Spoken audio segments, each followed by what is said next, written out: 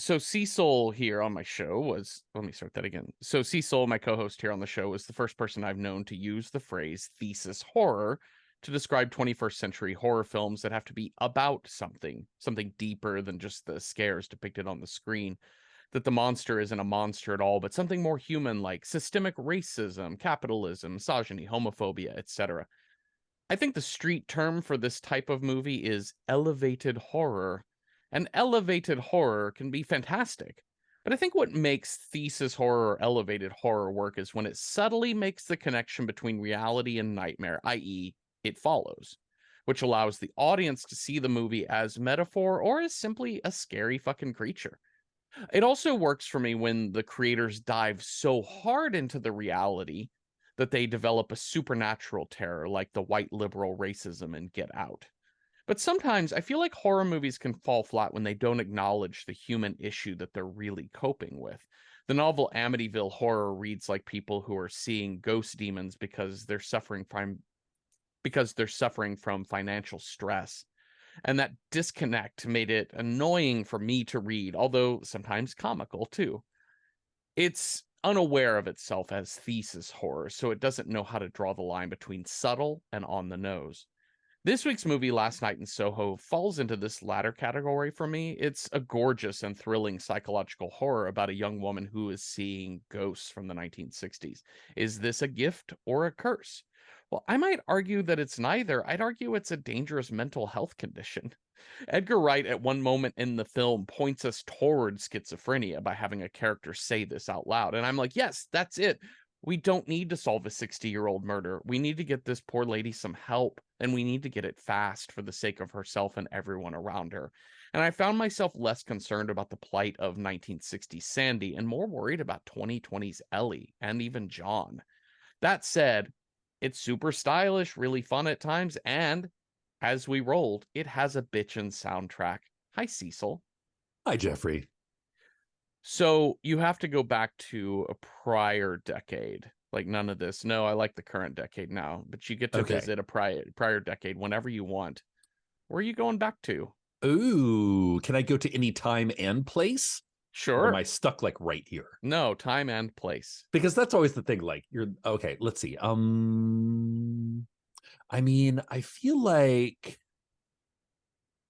1800s London a la oh gosh, sorry. My brain is so tired today, Jeffrey. My brain I is watched so this tired. movie too. Yes. And I'll explain in a minute why I am also so tired. The person who wrote The Importance of Being Earnest. Oh, Oscar Wilde. Oscar Wilde. I was like, Oliver Twist was the only, so I don't want to go to Oliver Twist land. I want no, like run around that seems kind of cool. I mean, but then again, like there's pluses in mind. You know, like I've seen Midnight in Paris. You know, like Yeah. penicillin is great. Mhm. Like soap is awesome. Yeah. I do enjoy these things. I also think I would do really well in 1950s California, sort of like beatnik Mhm. kind of like when I don't know. There's something like when all the rest of America was like super conservative, and there's like little pockets of kind of fringe that you could really get down with in America back in the day. Yeah.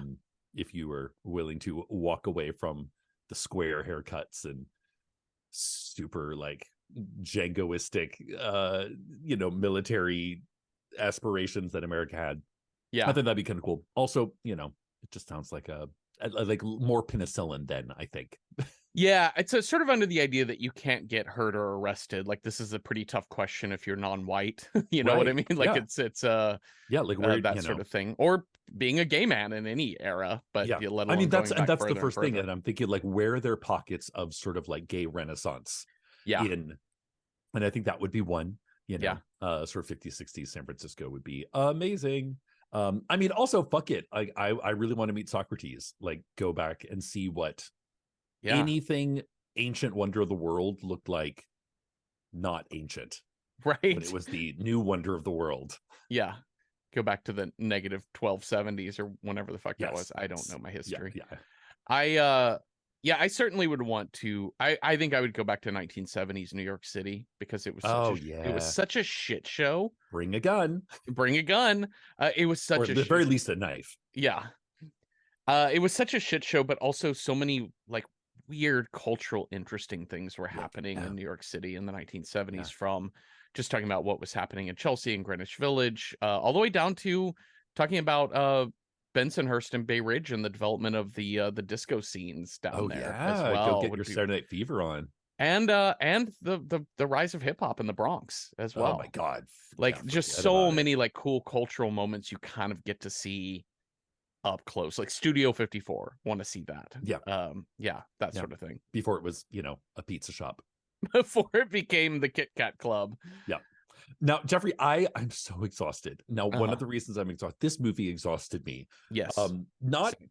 just because of the movie, but I had this weird experience yesterday, and it was like so infuriating, and I have to share it with you. So, like, forgive me if I'm a little like I feel like I'm a little bit not all the way here. Mm-hmm. So when I watched this movie, the app that I was watching it upon decided not to show it to me in the correct formatting. Oh, interesting. So you can see, Jeffrey, you and I are looking at each other on Zoom, but for your listeners, I'll try to describe this. So like it and I restarted the whole system. I got out of the app and went back to the app. I turned off the TV and turned everything, and it just would not fucking do it. So everything, like the lower quarter Uh-huh. of the screen, was missing. Oh, okay. So when people were in close up, the screen cut them off right about where their lips landed. Things would happen in the bottom lower quarter of the screen. I never saw them, could not figure it out. And I knew something was wrong the minute the like Universal and the Film 4, the BBC 4 logos were all like half buried. Yes. Like you couldn't even see and it made me insane, Jeffrey. Mm-hmm. Well, like more insane than I am now. But Yeah. it made it like it is like I almost wanted to call you, be like, we can't watch this movie. But I know I powered through. But it's so crazy how it was like looking through a keyhole at the movie the entire time. Yeah. So like Anya Taylor-Joy, like it would just be her eyes, and it would like there'd be a scene with her and Matt Smith, and it would literally just be their eyes looking at each other. And I know one of them is talking because I can hear them talking, but I can't see their mouths moving. This is so unfortunate too, because I think the best thing about this movie is this. Is what, like the stylish staging? Yeah, I think it's so unfortunate because I think the best thing about this movie is the stylishness and the Oh my style God. of it too, like the fashion. So, Yeah. you're sort of missing God. Anya Taylor-Joy's like beautiful like pink dress, flowing No, pink. I saw like 2/3 of it. It was Uh, rough, Jeffrey. yeah, I am a little discombobulated this morning and it's funny how like just these apps, yeah. Jeffrey. Well, a couple months ago, or actually a couple weeks ago, we watched Little Monsters, and that's on Right. Hulu. Yeah. And I Did you had get commercials? yeah, and I hadn't watched a movie on Hulu in quite a while. I watched a few TV shows on Hulu, Yeah. but I hadn't watched a movie on Hulu in a while. And so when it started with an ad, but then Mhm. also at the bottom of my screen it had skip, and I was like, oh hell yeah, I'll skip this ad. Well, Yeah. what that meant was like skip to the next movie. So I Oh, just skipped, got another ad, and I was like, okay, I guess that just meant I can skip to a different ad than this. It allows me to choose the ads. And it's then a I ended skip up to the whole movie?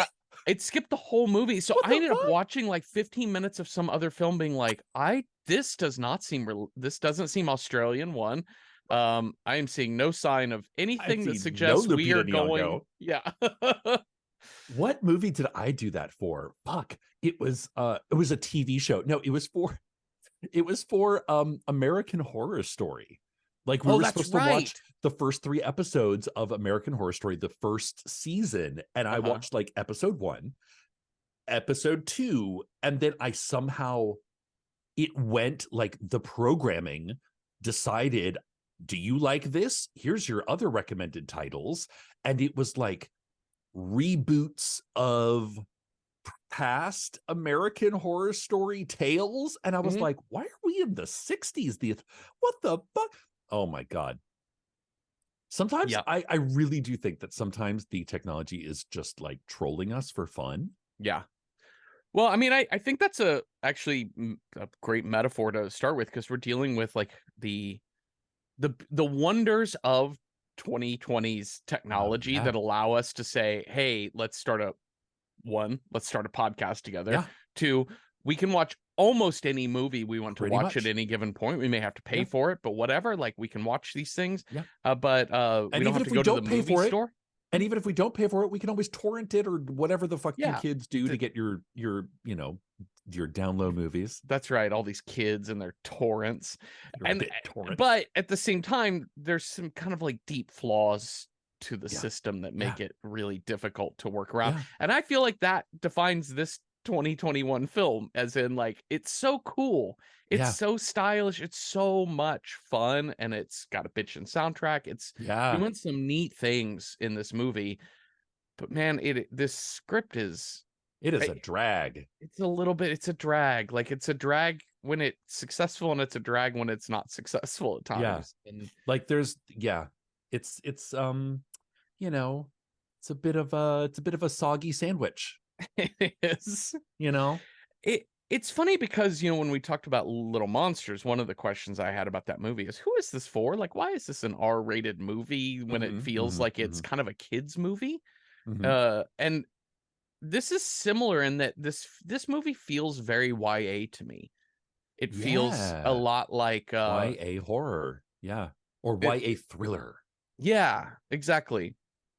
And to be fair, I mean, it does fit all of the standards of a good YA, in the sense that YA is targeted towards teens, but it typically is about college age students, Yeah. right? Like, Yeah, the yeah, yeah. grade level of the reading material is often pointing toward a group a little bit older than the reader. Right. So if you Now write a middle grade book, yeah. you're talking about like junior high kids, if you whatever, etc. Yeah, and like the sex and the violence is present because, you can do that, but it's not graphic, and it's No. certainly usually very moralistic. Yes. It's a teachable moment. Find yourself, know that your family loves you, blah blah blah blah Yeah. blah. And none of these are bad things. I really think it No. all mostly has pretty good messages. It's lacking the subtlety, and it's lacking Oh the skill Lord. to navigate some of these pretty dark issues with a deft hand, shall we say. Jeffrey, this movie is about as subtle as a sledgehammer. Yeah. Yeah. Well, let's start with the sledgehammer subtlety of this movie. With we open with this kind of like really cool doorway dance, right? I know, it reminded me of what's it? Bye Bye Birdie. Yeah. Like, hi Mary, hi Nancy, how you doing? Have you heard about Johnny and Tim? Did they really get pinned? Okay, I'll shut up now. But that's kind of, and I think what the movie is sort of going for, it made me think a little bit about Mulholland Drive, the way Mulholland Drive opens on Naomi Watts being like just starry-eyed, and just so she's won this dance competition in the Midwest, wherever she's from, and she is dreaming of Hollywood, like big days ahead. And that's kind of where Eloise Turner, our main character in Last Night in Soho, is. It has this it opens with a very not horror vibe at all. No. It's going for dreamy success story in the big city. This girl's going to make it big. It's going to be kind of a fun romp about this girl who goes from rural Cornwall to the bright lights of Soho, London. Manic pixie London girl. That's right. And, that feels very intentional. And she is, she's dancing, listening to her 60s music. She loves her 60s bops. Yeah, she loves her records. Girl, put your records on. That's right. She's holding on to the past, Cecil. Yes. Maybe this will come back later. Maybe she was just like, I don't know, from another time or something. Or maybe also, the theme she is no, go ahead. I was gonna say, or maybe the theme of her holding on to the past is gonna be delivered to us right away, because we learn that mom is dead and she can see her in the mirror just smiling at her. She's got a Dude, photo of her and her she's cool mom. with it. Yeah, Yeah. like Ghost Mom. Yeah. Although, Jeffrey, how do Mhm. Ghost Mom work? I was Um, like, because Grandma talks about Ghost Mom. She's like, you don't see her anymore. I was like, oh fuck, does she have like, and what went down between these two? yeah. And also, yeah, there's this movie. It's like not subtle, No. not in a way that like, how do I describe this? Like these characters are 2D. Mm-hmm. Like they really are two-dimensional. Like you know, like the main character is like she gets her hair done and she is like it's the equivalent of taking off her goddamn glasses and discovering she was pretty the whole goddamn time. Like Yep. it's about as subtle as Pollyanna, like it's about that, the POC sidekick character has no life outside of taking care of this girl that he has decided is the main character of this film. Yeah. Like decisions that are either good or they are bad. Mm-hmm. No in between. Yeah. Yeah, he is so purely good as a person, John is, when we meet him. And so many of the people who are bad in this movie are so purely bad, like in their own ways.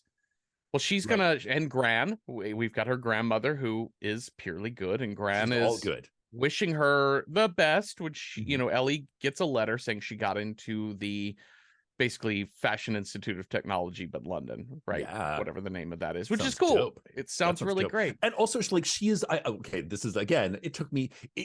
I'm a little slow. Like I'm a little slow to begin with because I have a weird brain. But also, like it took me half an hour, or like half of the first scene to realize that she was wearing a dress made of newspapers because I couldn't see it. Yeah. I could only see like her décolletage and above. Mm-hmm. And I was like, is she wearing newspaper? What is this girl doing? She's holding on Oh, to that's actually kind of cool. Now it that is. there's like a wide shot and I can fully see her head to Yeah. toe. Yeah. She's holding on to the past. She So, is what yesterday's mhm. news. So Ellie has this gift, her grand says, of you have this gift of feeling things, and if it all gets too much up here in your head, I need you to call me. Now, Because it got too much for your mom, and that's why she killed herself, is basically the I was message like, here. damn. Like that's not a good track record. No. And especially like, I mean, I know like I'm practically an old man, Jeffrey. We Mm-hmm. are old men. And like going back to college, college days was a long time ago. Mm-hmm. But I was like, there are support systems out there, even if you're psychic, even if you're like, like almost cripplingly psychic, Yeah. as in like you don't understand the difference between the real world and the psychic world. I'm sure, especially in London, you won't find it at the Fashion Institute. You won't find it in your dorm. You won't find it at the pub, but I guarantee you there's probably some kind of community that will like help you through this. Yeah. And Gran, I'm looking at you. Yeah. You don't just like dump your kid into the deep end and be like, hope you don't turn out like your mom. Best of luck, kiddo. Yeah. Give me a call from time to time. And yeah. Give me a call from yeah. time to time. I was like, I don't know if this is gonna turn out very well for Ella. No. Well, you know who else is an old man, because he's exactly our age, is Edgar Wright, who Yes. created this movie. And yeah, it just feels kind of like not connected to the modern conversation around mental health at all. That nobody seems to have this awareness of mental health and the dangers it can put you in. It's a lot of lip service though. Yeah. Like it's saying all the right buzzwords at the right appropriate times, but like I don't see any light behind the eyes. Yeah. Yeah, she's, as we'll learn in this movie, like I just kept getting distracted of like the horror of the movie to me was what a danger she was to not just herself but everyone else. Yeah. Around her, like a real danger to other people. And the movie doesn't totally take that on, because like she becomes an immense, like a life-threatening danger to John at one point in this movie, to John, to her roommate, to her roommate, and certainly that old man that she almost fucking ran down in the street. And there's a the movie just doesn't deal with those people having any sense of, we need to stop her or we need to help her. Yeah. And those, I think, are the two responses to somebody you deem as dangerous, depending on how well you know their situation. Right. And also, and I think I know you, and you know, we watched quite a few horror movies together, and this movie also commits the cardinal sin of like, main character says, I'm fraying apart at the seams, but I shan't tell you anything about it because you just wouldn't understand. Yes. Yes. Bitch, they'll understand. Yep. They will understand, or somebody will. And if they don't understand, find somebody who does. Yeah. Like, oh man. But like, we got so far into this movie before I was like, can you just tell somebody that you see ghosts? I see dead people. It's not hard. Yeah. Like, I know this is a lot. I know like you're going through a lot, but like, and maybe the people closest to you aren't the, like, I don't know. Is there no fashion institute counselor to help you through this difficult time? Yeah. You know, I just thinking about this upon watching this movie, because one of the easy ways to write a thing, this is the Three's Company principle, the sitcom principle, which is you can make a farce, you can make a comedy of misunderstanding. Okay. And it's one of the great ways to make simple comedy, is to constantly have people not communicating well with each other, and there's some assumptions are made. Yes. That's a source of great comedy. It's also a source of like good horror and suspense too. Sure. But to me, it's an easy thing, because all I think about as an audience member is, if you would just communicate. One, in real life, if you would just communicate, it's not that your problems will go away, it's just that you will have ways of dealing with your problems. Yeah, fresh perspectives. Yes, fresh perspectives. You'll have someone on your side. You won't have the additional feeling of feeling like an outsider or alone in the problem. Resources. I don't know, somebody with an apartment that doesn't have a bunch of like rapey murder ghosts. Yes. And bitch, there's more than one apartment in Soho. Yeah. And I think in terms of fiction writing, when we bring it to like creating movies or books or whatever, having characters communicate well with each other, this is the poltergeist principle. When you're on the same side, you as the writer can elevate, to use elevated horror, but in a different way, you can elevate the scares in the movie, because you can actually make the things they're dealing with much more complex. Yeah. Because now that you have more than one person on the same side in your protagonist team, now you can have them fight bigger things together. And I think that can make the suspense even more heightened. Versus if it's just one person against the world will probably win, and it'll probably win pretty quickly. And ultimately, I think, and I'm not saying that like having a fully internalized single character dealing with the horror themselves is a bad choice. I don't mean that at all. I just mean that you're going to spend a lot more time with that person having to get past their own demons, let alone the demons that they're facing. Yeah. All of that being said, is one of the ways I think this movie sets this up for Ellie, that I think she's scared of the world, because she gets to London and the cab driver is immediately being a fucking stalker, gross creep. Yeah. Because he's trying to drive her farther away than she wants to go. He even says, "Oh, you must be a model if you're going to the fashion school." And she's like, "No, a designer." He's like, "Well, I know a model because I know good legs," or whatever. You got legs of a model. Wait, there's a whole house full of students just like you that are all delicious and girls. And she's like, "Let me out here." Yeah, like I said, two-dimensional. Yes. Like, men are either good or they're bad in this movie. Yeah. They're pure G good or pure B bad. Yeah. And then we meet Jocasta, her roommate, who is pure self-obsessed, narcissist, competitive, right? Like, narcissistic. Yeah. Just mean. She's a mean girl, and mean people are bad. Yes. And she's very classic, like 80s slasher movie bully. She is. She's totally like sleepaway camp level of like, was it Yes. Nancy from Yeah. no, I was forget it? her I name. can't Yeah. remember her name. It's just like literally this girl exists only so she can pick on the weak ones. Which Yes. guess what? Our protagonist begins this movie as one of the quote weak ones. Yeah.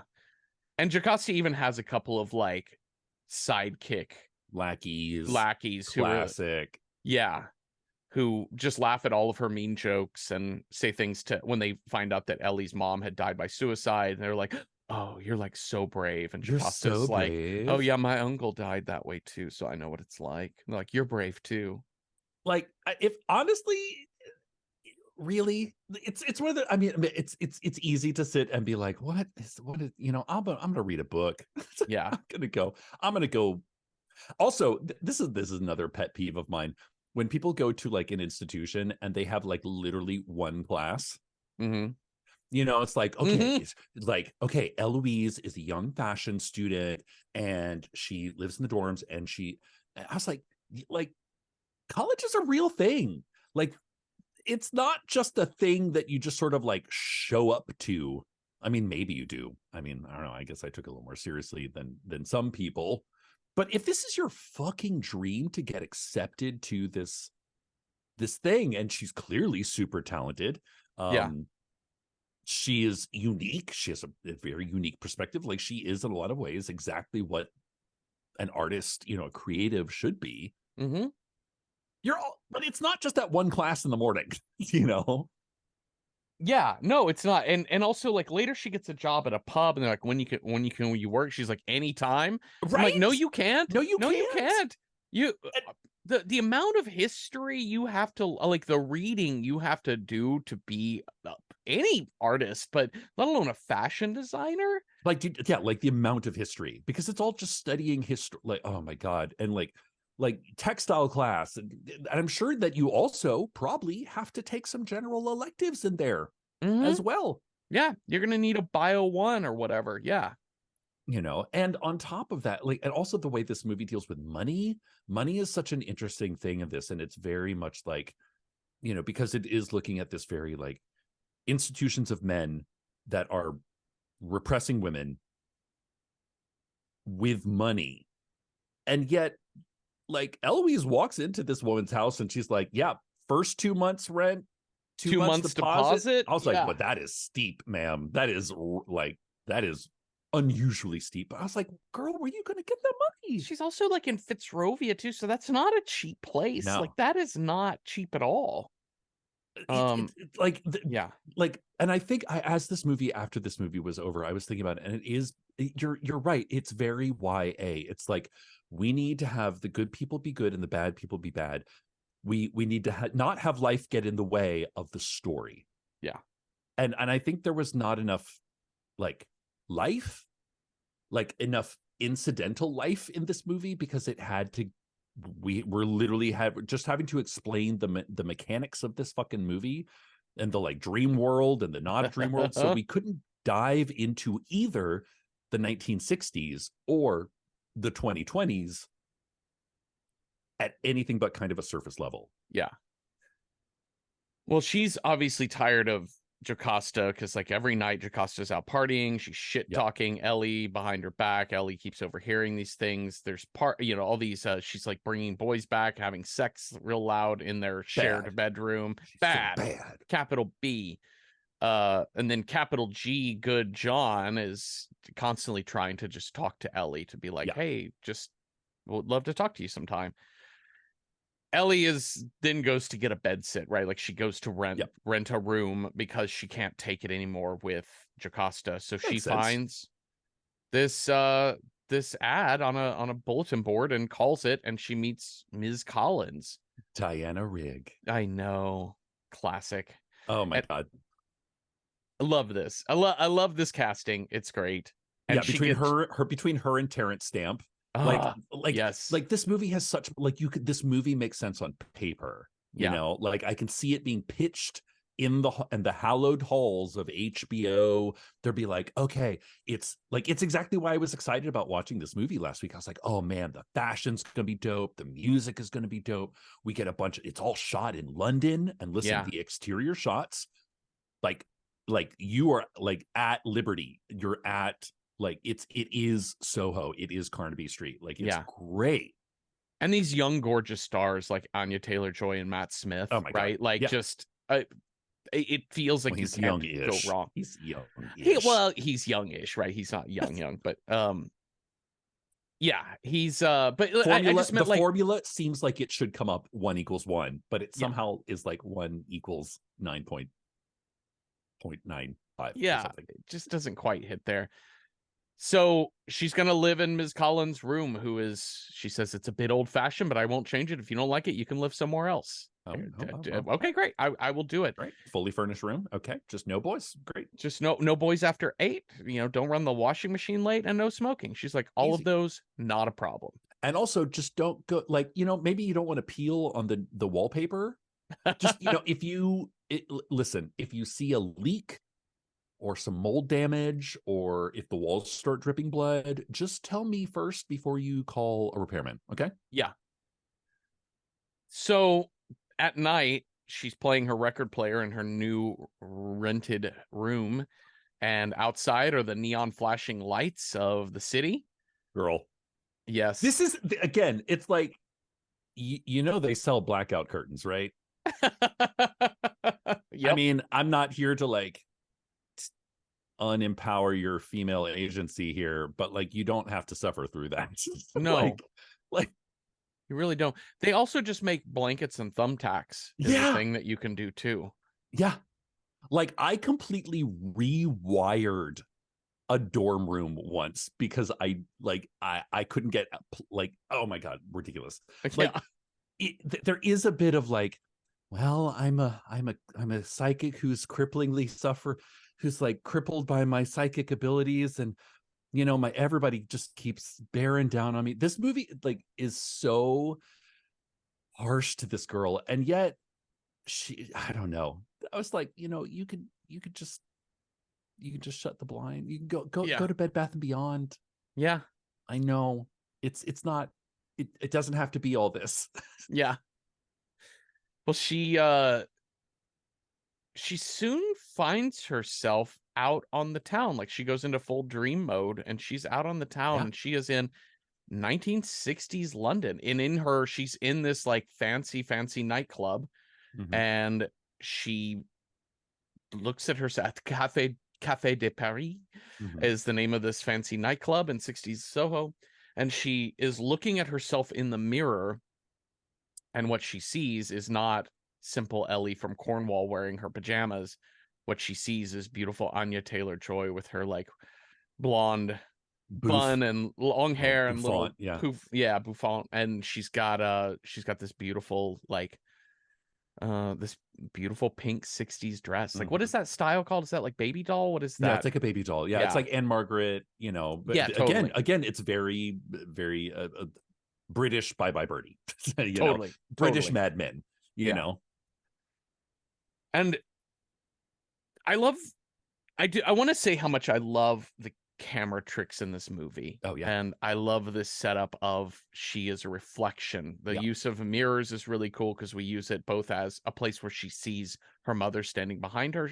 Sure. But in a lot of ways, like the mirror isn't necessarily the source of the scary thing. Oftentimes in horror, you close the medicine cabinet and like monster in behind you. Yeah. And in this one, oftentimes the mirror is just the looking glass. It's just the portal to the other world. But they do really cool tricks with this like spiral staircase of Anya Taylor-Joy and Matt Smith running up the staircase. But in the mirror, he's holding the hands of Ellie in her PJs. It's so good. Yeah. And it's a lot of back and forth between, is it a mirror, or like how did they shoot this? Is it a mirror? Or there's a lot where there's like banquettes where they have the two actors, the actresses sitting side by side. Yeah. And they're mirroring each other using like practical effect, and some of it's just looks like just CGI. They just sort of, put it in there. It's a really interesting idea. I love it. Although it did make me kind of feel like Eloise was a bit of a parasite. Yeah, I think that's it. I mean, I think one of the things that I wanted the movie to explore some is her lack of awareness, right? Her lack of awareness, the way she's like glomming onto somebody Yeah. else's story. The way in which she's not really aware of the impact she has on other people Yeah. in this movie too, that her actions, she is so hell-bent on helping this woman that she's seeing from 60 years ago that she doesn't know if she's real or not, Hmm. that that she's having an unreality, right? Yeah. And as we Having a learn, this schism. character is a real person, but still there's a feeling of you're a direct threat to the people in your life. Yeah. And you're not coping with this at all. And the movie doesn't really ever judge her for it, and I think it needs to judge her for that. I think Yeah. we have to see that part of these characters. Again, as you said, two-dimensional, Yeah. paper thin Well, it's characters. like, she's kind of settled in a little bit, and John is like, "Hey, what are you doing tonight?" And she's like, "Oh, I have plans to live out a complete fantasy in 1960s through this pretty girl that I wish I was with her handsome boyfriend." And I was like, is this just a metaphor for the internet or something? Like, is this Yeah. just a metaphor for like people who spend too much time on the internet Yeah. and then kind of like, like really are unhappy with where they're at, and so just ignore the real world and hope, and it just gets farther and farther away, and they just like drift farther and farther into internet land. Maybe. Could see that. Yeah, I don't again, like we it's gonna be the long road through this movie of paper thin character and motivation sort of thing. But we learn that Anya Taylor-Joy is playing Sandy, Yes. and she's confident, she's arriving, Yep. understanding, unlike Ellie, arriving with lack of fear of the men in this Yes. world. These men are also equally slimy. Sandy runs into a very slimy man inside the Yep. club as she's trying to go meet the owner, and is able to brush him off with like one-liners and quick quips and things like that. And so there is an But does she? opposite effect. But her ultimate goal is to just stand behind another man to get him to do that. Yeah. Is like, when one fish attacks you, rather than killing that fish, you just go get another fish to be your protector. Yeah, and I think that's Sandy's arc too, is that once she realizes that that was a bad move, that you can't just replace the Yeah. man who has the nicer sheen to him. Right. Yes. Yeah. Um, Ronald Reagan was way less vulgar than Yeah. Donald Trump, but does that mean he was a better dude? Right. He's way more charming.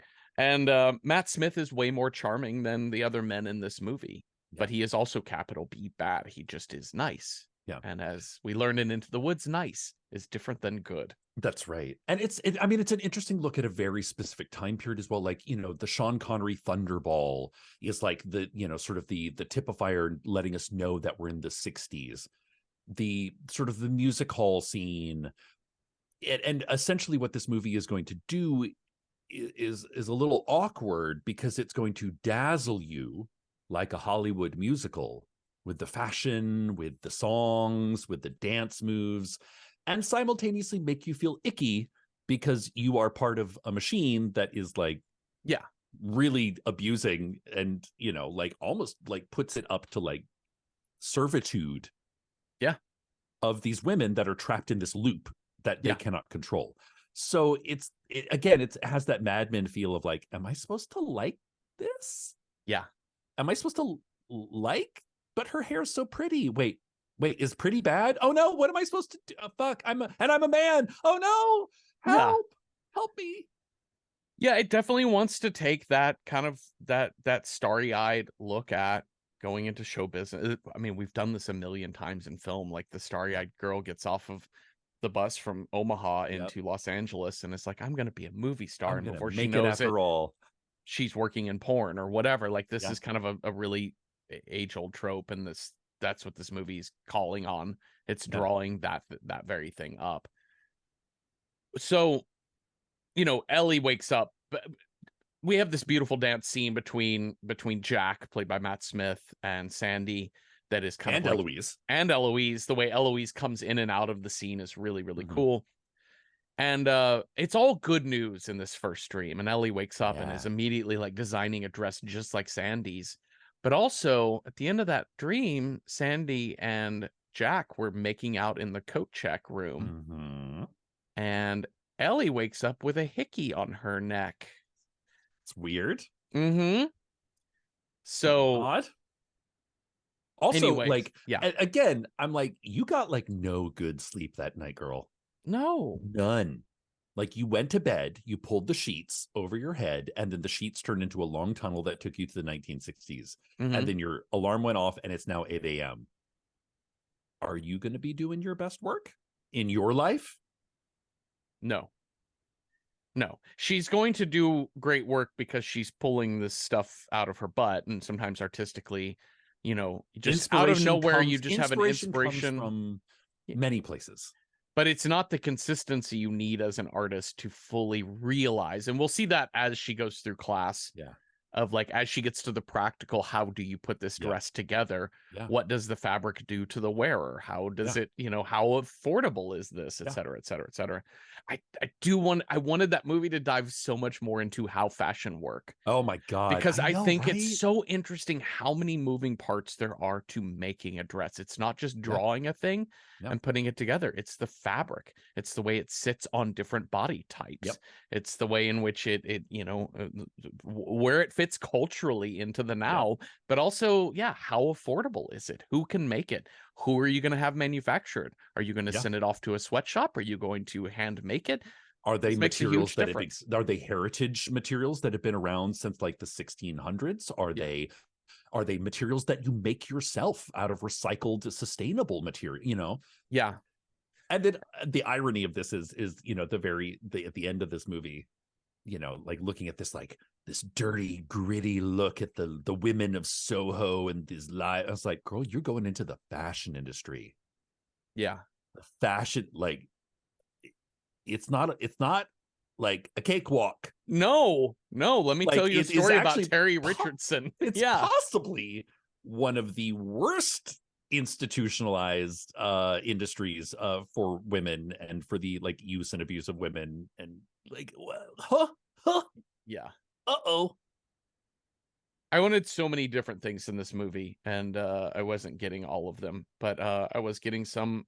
These flashbacks are fun until they're not. Yeah. Ellie gets her hair dyed blonde, and Again, money from where we don't know. yeah, she gets her hair dyed blonde. Later, she goes and buys like a vintage jacket and pants combo, and it is 375 pounds. Yeah, and she's like shocked at the price, which is, Like, and she I'm didn't like, even wait, think about the price. You didn't even look at the tag. I'm like, you just got a bed sit where you paid, like, okay, I looked this up. Did you Google it? Not in London, but in New York City, right? Like okay. like in New York Which City, if you London's just even want a worse. bedroom in, say, Washington Square Park area, Yes. right? Like not fully East Village, but somewhere nice. No, but but Washington Square Park feels like a Fitzrovia comp here. Mhm. Or not, yeah, Washington Square Park, like NYU area. You're talking about like a bedroom this size. You're talking like $1,200 a month, right? Just to be sharing a room with somebody. And I'm like, you paid 2 months rent, 2 months rent deposit. You just paid $4,800, which is going to be around 3,000 to 3,500 pounds. But Jeffrey, the coat's so pretty. I just how does money work in this movie? How does money work? How, like, and I also get the feeling like we're not supposed to agree with her. Like, we're maybe supposed to be like, girl, you're in too deep. Yeah. You're making these reckless decisions based on this dream life that you're way into. And guess what? That shoe is going to drop real hard. Yeah. The other thing is she's also seeing landmarks, architectural landmarks around Soho, based on the places she's been. So when she's buying the coat, the amount, I swear to God, you can make a drinking game. The amount of times this fucking girl wanders into traffic without looking is multitudinous. But she wanders into traffic willy-nilly style And she finds a landmark that is like where Sandy was singing her audition the night before. So she knows that these dreams are real because like she's not dreaming about something and then, you know, it's not the other way around. She knows that she's not crazy. She knows she's seeing something from the past. There's a logic to it. Yeah. Which is good. Hey, at least there's a fucking logic to it. Yeah. Because if it had been like, is it real? Is it not real? I would have thrown my television across the room. You had texted me, we're done with the show. No more. Yes, podcast. they were like, podcast canceled. She also gets a job at this Irish pub where she's essentially working in the lower bar in the basement where I kind of want to quit my job and work at this pub where you don't have to actually do anything. You don't have to show up. You know, you can just like walk out the door and have a phone call with your gran every now and then. Yeah. And there's a really nice person who just like, you know, just goes, oh, I've been covering your shift for the last 2 hours. But you fired, girl. Have you ever been to the big city? You be fired. I worked a job once that if I was going to be more than 15 minutes late, like subway traffic, anything like that, the chef and owner demanded that if you thought you were going to be late, you would leave the subway, go above ground, text the manager, tell them how long you're going to be late, and then go back down onto the subway. Yeah. Because he's like, if you're going to be half an hour late, I just want to know you're half an hour late so I can plan for it. Yeah. But if you just don't show, I'm assuming you're gone. Yeah. It could be 5 minutes. It could be 3 hours. Yeah. Ellie, unfortunately, Eloise is she's living a couple different lives in this movie. So it's showing up on time to work or class is just too goddamn much for her. When we talked about Beau is Afraid, you know, one of the things that Beau is Afraid dives really hardcore into, and it makes the very conscious choice in Beau is Afraid of, I'm going to have a central character, it is in the title, who is afraid of life. Yep. He's afraid of everything. Irrational fear lies everywhere. Stifles him. It is so hard for him to find agency. And so the movie tells you right away, this is about a person who cannot find their agency. Yep. He wants it, but he doesn't know how to achieve it. And here are the reasons. He wants it, but he's constantly like, there's a man on his ceiling for no reason. There's people in his house for no reason. There's, you know, everything is irrational fear. Yeah. And it's played mostly for comedy and then very dark comedy in that movie. Sometimes scary. And sometimes scares. And sometimes a giant dick monster. Sometimes it's giant dick. Yeah, it's played for absurdity and scares and comedy. And it's an interesting... Beauty. It's an overly long but very complicated and interesting exploration of what it means to not be able to achieve your agency because you feel like something is always in your way and you don't know if it's real or not. And in this movie, it doesn't feel like they're exploring that. This is a central character who's scared of everything, can't do anything, has very little agency, as you said, is like glomming onto other people and is just kind of experiencing the world through them rather than making choices for herself. Yeah. And that's frustrated. Like this, like at no point in time do we ever see her comfortable. Like we get little glimpse, like a little flash in class where she draws the dress. Yes, but even that's just like it's like going to a movie. It's like going to see Bye Bye Birdie, and you're like, you know what? I am going to design the dress that Anne Margaret wore in the opening of, and you're like, no, that's already been done. Yeah, it's already been done. Nope, not copy. Mm-mm. So we also meet the older guy in the streets. This is Terrence. We don't meet him, actually. We just keep seeing him. This is the thing that drove me crazy throughout this movie because he is such a creep, right? Like Terrence Stamp plays him as a really scary, gross person, and they refer to him as handsy. Yeah.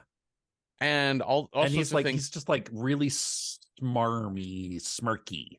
Yeah, and he never says anything directly to her.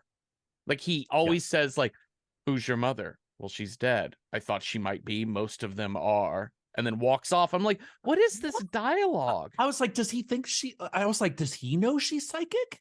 Does he like, I legit thought he knew because I was like, there's got to be other psychic people in the world. Like, listen, and if there are psychic people in the world, London is probably the place to find them. Yeah. Like it is like top 5 place to find legit psychics. It's got to be London. I was like, maybe he has the sight as well. I was looking for any kind of plot, Jeffrey. I was like, help me. No, it's just none of this character development is really. She never happening. asked his name. She never asks his name. And he apparently comes to that bar all the fucking time, because later when he gets jacked by a cab, like the whole staff of the bar is like, oh, yeah, that's Jack. Yeah, it's or not She's Jack. Like, it's definitely it's Lindsay. Jack. Yeah. You don't even know his name. And you might be up for manslaughter. You don't even know his name. You're trying to solve a murder mystery of a murder that happened like 30 years ago, well, 50 years ago. And you don't even know the names of the people involved? This movie also is trying to play out a mystery with like 4 characters. Yeah. And that drove me crazy. Yeah. Because it's obvious from the get-go that Sandy is Mrs. Collins, right? Yeah. Like that's my instant assumption. Because she lives at the same address. Miss Collins is like mysterious witchy woman. Yeah. And this guy in the street, they're very clearly wanting you to believe he's Jack. So you immediately are like, well, he's definitely not Jack. Yeah. And also when Miss Collins says, you know, like I've owned the house from like a guy who had it before. I could never sell it. I was like, oh, well, clearly she just murdered this dude. Yeah. And took the house and then started her own brothel or whatever. Yeah. And like, this is one of those things where it's like, I sometimes, maybe this is a generational thing. Maybe it is because I am older, but like when people are just like baffled by like older actors, you can't possibly imagine them being 20 years old. Yeah. Or when a 20-year-old character can't possibly imagine a 65, 75-year-old ever being 20 years old. Or if they do, it's in this sort of like, oh, the swinging 60s must have been the best. Peace, you know, like it's so surface. Yeah. Versus like actually like, I don't know, you really love this time period? Why don't you go downstairs and talk to Miss Collins? It just why don't you ask her? Like, why don't you talk to these people? Like, primary resource, man. Yeah. Without having to go into psychic dream world, and you can get a fucking good night's sleep, and you'd be like, hey, you've been around here since the 60s. Yeah. Can I have a list of 20 questions. I need to do a school project. Can I record this? And you could probably also get some like really cool funding with the history department if you really wanted to. Well, she only has that one class, and she spends the rest of her time. And she's only making one dress. Yeah. One dress, one look.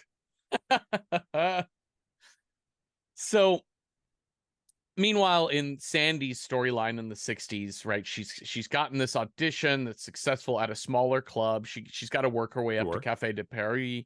And this club, when she performs at it, she sings downtown. Like whenever I hear that song, I was actually in college. I was in a what's the name of the woman who wrote it? Carole King. I was in a Carole King musical, and man, that song I really loved one of my co-stars, and she sang that song, and I was the boy she sang that song to, and it was the two of us sitting on like a little pedestal high above the stage, and it was unfailable. I could make her laugh. When you're alone and life is making you lonely, you can always go downtown. I only had to say it once, and then whatever. Like she had this. Her name was Carmen. She had the most gorgeous alto like belt of a voice, like mate, like one of those people that are just born to sing. But every time I'd just be like, I'd just whisper downtown like Cookie Monster, and she was a wreck. Yeah, she loved and hated me. That's so good. So downtown. We have this club, and we see that Sandy is finally getting to perform. She is just a chorus She's girl. A backup dancer. She's a backup dancer in this like goofy act that is it's all not puppet. theme. It's all puppet themed, and also like the girls are dressed scantily, but it's like nightclub, right? And it's a club full of men, and they very pointedly are all like middle-aged men with like short haircuts and glasses and suits, and they're really raucous cheering this thing on. And I'm like, this feels like strip club crowd rather than Soho burlesque crowd, but I don't know my 1960s burlesque, that well. like but Playboy, like it felt very Playboy heyday Playboy to me. Yeah. You know, in this thing of like, you know, the girls get you, like she's essentially like halfway to being a Playboy bunny. Yeah. You know, that makes sense. But you can see on Sandy's face, she's not enjoying it. She's not enjoying not being the star. She's also not enjoying like this crowd that she's in. And she also, after the show, Jack comes in, like, Jack is becoming more and more like not as cute as when we first met him, and is like pushing her around and essentially has her go meet like this table full of men, and there's this one older guy who's like, hey, could we go get a drink together? And she's like, I'm with Jack.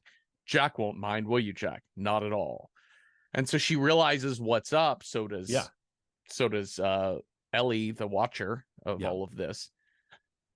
And Ellie gets so freaked out, it's like, I gotta get the fuck out of here, goes running through the club. It's all like nightmare feel of like never ending winding road of the club. In every room there's like somebody giving some showgirl giving oral sex, a man oral, like giving somebody him head, shooting up heroin, somebody is like dead and or passed out on the floor.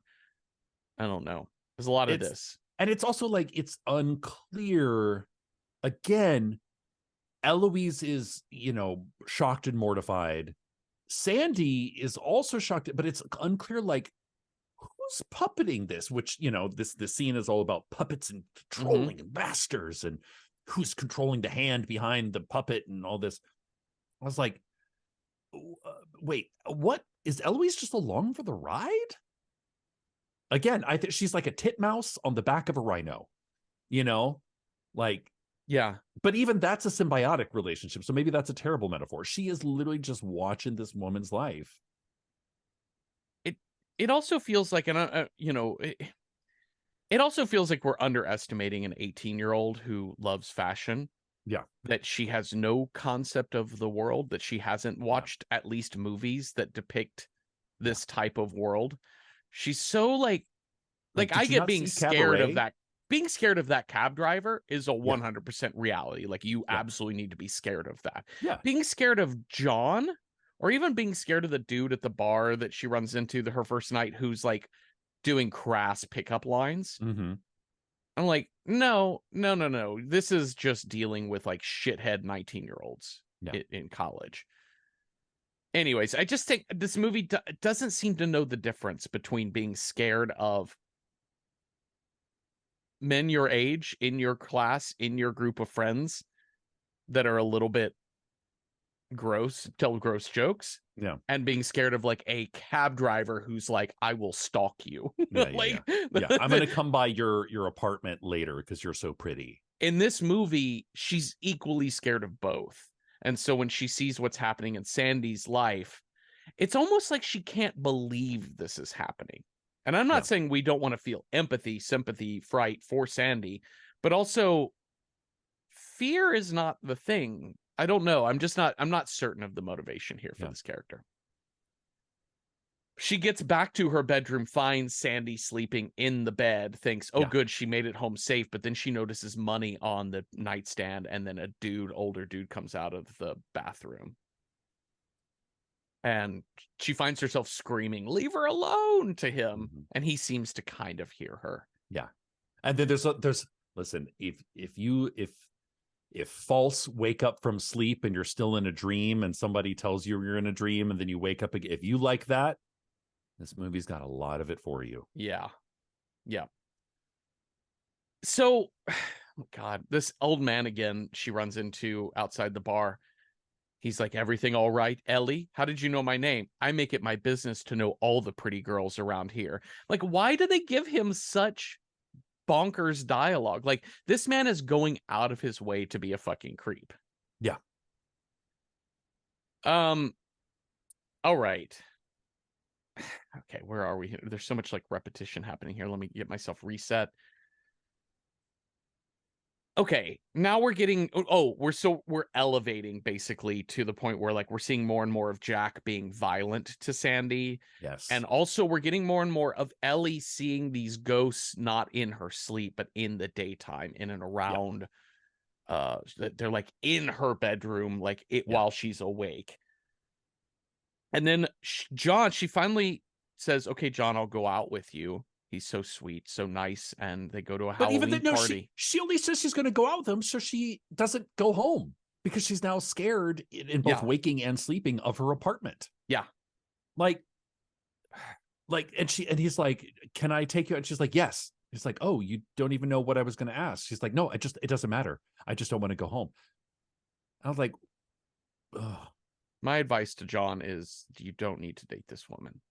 You can't save her. Like, don't date somebody that you think you can save. Yeah. Like, you don't date somebody as a You don't project. you don't date a project. If you need a project, take If up you need a woodworking. hobby, Yeah. yeah. Yeah. So they go to this Halloween party. They dress as ghosts. I'm sensing a theme here. Yeah. I did love this moment, which is this is one of the few moments where we get not 60s music, but it Yes. cracks me up that in this nightclub in 2021, they're listening to Susie and the Banshees. So Yeah, we I just know, moved right? forward like 15 years. Like Just now we're in the the late 70s, early 80s, right? listen, like the 80s are so like, well, the music of the 80s is really on right now ever since the kids discovered Stranger Things. Uh, So like we got to capitalize on that, okay? And do a remix. she has a freak out in this club and is like, I got to get out of here. Well, and And because her ex roommate may or may not have dosed her drink with something. yeah, which is a weird misdirect, this like drink that Jocasta gives her. Cause I'm like, what does it benefit her to give her something? Like, this is that fear that people are gonna like put heroin in your thing. I'm like, no, bitch, Yeah. heroin is expensive. I'm not Yeah. going to dope you just to laugh at you. Yeah. Getting And also it's like it's pretty obvious. Yeah. Like like if Eloise had as she's later when she's running through the streets screaming and going to the police, like if she had actually been like, yeah, I think somebody did put something in my drink. Yeah. It's this girl who has been terrible to me since day one. Again, if she had like thought through, like explained, I don't know, told anybody, be like, yeah, I think so. Maybe. I don't know. You just wanted a character to think through something, and that's unrealistic, Cecil. I know that's real tough. So she and John, again, like John watched her have this freak out. Yeah. Saw her in a near panic attack state in the streets of London, Screaming at lampposts. Screaming at lampposts, and then now they're kissing, and she's like, "We can go back to my place if you're quiet." And I'm like, if John, not only is this unsafe for you, but it's just unsafe for her because you know she's in a bad state. Do not sleep with a person you know is going through a mental distress. Yeah. Or I don't know, walk around till dawn. Like, yeah, let's walk, let's talk. I don't think sex is our answer right now.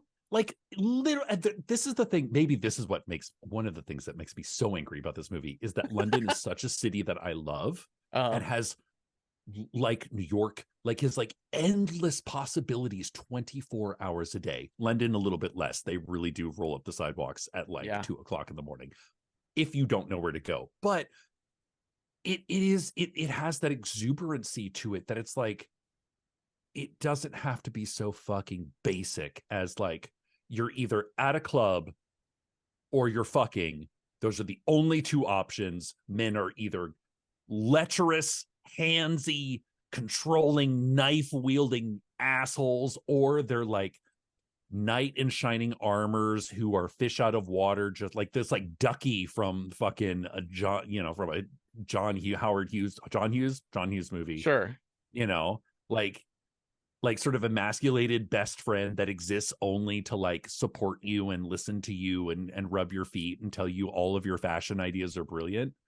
Like, these are like, I was like, I don't know, is there nothing else? Yeah. Does this canvas offer you no inspiration? This is the Ted Lasso of horror movies. We don't Oh get to my see much God. London. Everything kind of feels overly simplistic. There's so many moments that I really love and enjoy in it, just like Ted Lasso. Like, there's a lot of Yeah. parts of that show that I really love, and then it's like that series, like I loved it until I didn't anymore. Yeah. And then Yeah. I'm like, I and liked I can what tell I you got out of it. exactly, like, and when Yeah. that moment came, I was like, and unsubscribe. This is the scene here that I started really getting really frustrated with this movie, because they go rough. back to her place. Yeah. They're giggly and loud. They're giggly and yeah, it's like, okay, great. Okay, all right, fine. We're gonna be okay. Like, in the way she ultimately wanted somebody to protect her from her room, right? Yes. She's scared of her room. This man will protect Does me. he not have his own place? Like, I was like, the whole MO of going out tonight was not to go back to Murder Ghost House. Yes, exactly. And yet you don't have the foresight to, like, one, I don't know, be like, listen, man, I'm seeing some weird ass shit. Can we just sit in Tompkins Square Park while I calm the fuck down for like an hour and you can tell me funny stories from your life? No, you can't, because this movie has no time for anyone else but Eloise and her ghost visions. Yeah. I think even let's go back to your place. Let's make out. I don't think I want to have sex, but I would be happy to, like, I just want to be away from my house tonight. Oh my Like, God. And especially there's if so you're on much drugs, you're going to be up for a long ass time too. Yeah. You're going to hear those birds sing. Yeah. And get ready, because that breakfast in the morning is not going to come too quick. This scene is so scary, but not for the reasons that I think the movie wanted to be scary. She has a vision while rolling around on the bed with John. We should say that John is a black man. Yes. And she is a white woman. Yes. And so while they're in bed, she's looking up at the ceiling, and now she sees, like, a mirror on the ceiling. She sees the vision of Jack attacking in this same bed, attacking Sandy with a knife. Yes. Yeah. And she starts freaking out and panicking. And what she sees the whole vision of it is basically Jack stabbing Sandy to death in the chest with this knife. Is what we think we see. Yes. And obviously, like, this is a really scary scene, because it is this man who is essentially now her pimp. Yeah. Murdering her in her bed. It is a slasher killer type of thing happening. And Ellie is freaking out. I get it. She's screaming at the top of her lungs, which wakes up her landlady, who then is like, I'm going to call the police. Yeah. And we see the look on John's face. I think I called him Jack earlier, but Jack is the Matt Jack Smith, but John is the current boyfriend guy. John, black man, alone in a room with a white woman, and the landlady's older white woman is and the young white woman is screaming her bloody murder. And the landlady outside the door is like, I'm going to call the police. And does this movie smack of Karen? It does. It smacks of, like, it is only vaguely aware of what a threat to his life that is. Yeah. And I don't mean to make the man the victim in a scene about a woman getting murdered on the bed, but, like, that's a vision that she's having that's not real. Yeah. And what we're dealing with here is, like, this is a betrayal of a high order, even if it happened because of mental illness. Yeah. I'm like, it's not even about forgiveness, that's an unforgivable thing. It's about John has to recognize his own safety. This project is not worth it. Yeah. Yeah. I don't see. There's nothing attractive about this girl other than she's pretty. But she's for him, pretty. And this movie makes a big deal of she's from the country, she's from Cornwall, she comes to the big city, how young and impressionable she is and how innocent. And yet here's this other character who is from South London, which is, like essentially Harlem. Like, I always think of, like, London, New York, sort of flip-flopped north to south. It's like, there are people that don't go below 110th Street. Yeah. Attack the Block was Brixton, right? Attack the Block is Brixton. Yeah. So it's dealing with people who aren't the shiny, bright-eyed white people in fancy Soho in the 1960s. Yeah. So, and it gives him, like, one line that's just like, oh yeah, of course I have a car. How else am I supposed to, like South London is a world away from North London. Yeah. But this literally, you could be putting like this guy could be locked up for the rest of his life. Yeah. And yeah, I just found this absolutely ludicrous. Like, you're just showing the danger you're putting somebody else in your situation. And it's not that I don't think that that's fair game. I think that's absolutely fair game. I just think you need to deal with Address it. If you're you need to address it. And it only kind of glances at it. Yeah. Like they sort of see each other the next day and he looks embarrassed. Like it's all awkward, but at no point.